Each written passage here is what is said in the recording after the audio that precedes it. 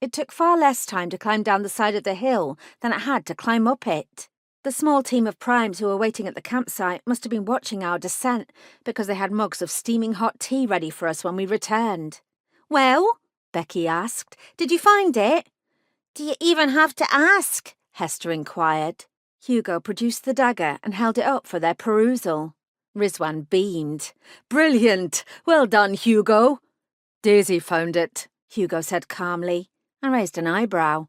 "It's the truth, I can admit it." He passed the dagger to Rizwan, then reached down and whispered in my ear. "And that admission proves that I'm the bigger person, Daisy." I choked. Hugo grinned serenely, though I was well aware he was still annoyed that I'd not waited for the rope. "Bigger, sure," I retorted, "but not better." I stepped back so I could look into his eyes. His grin widened. "This is an incredible specimen of 16th century workmanship." Rizwan pointed to the dirt-encrusted jewels on the dagger's hilt. "Look at the way these stones have been cut."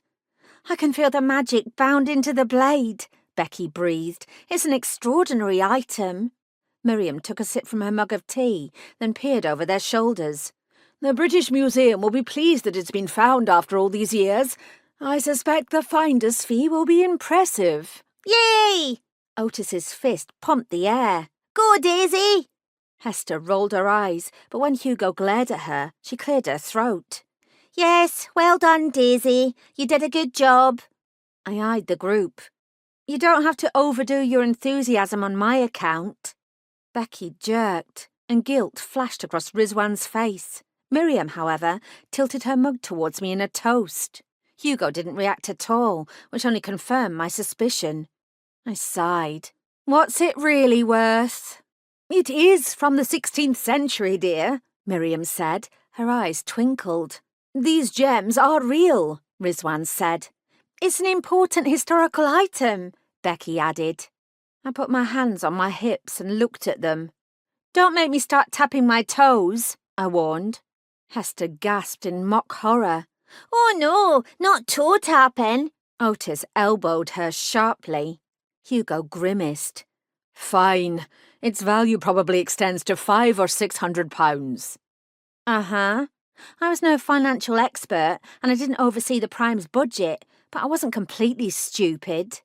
Between campsite fees, wages, research hours, petrol and equipment costs, this venture probably cost several grand. Treasure hunting was supposed to make us money, not cost us money." "You can't measure worth solely in monetary terms," Hugo added quietly. "Nobody has seen this dagger for hundreds of years. Its historical value is immense." I waited. He gave me a long look. "And if it helps distract you and occupy your mind, then it's priceless." There we go. I pushed away the surge of frustration. "You don't have to invent treasure hunts to keep me busy." "We didn't invent it, Daisy," Becky burst out. "It was a real treasure hunt." She pointed to the dagger. "That's real treasure."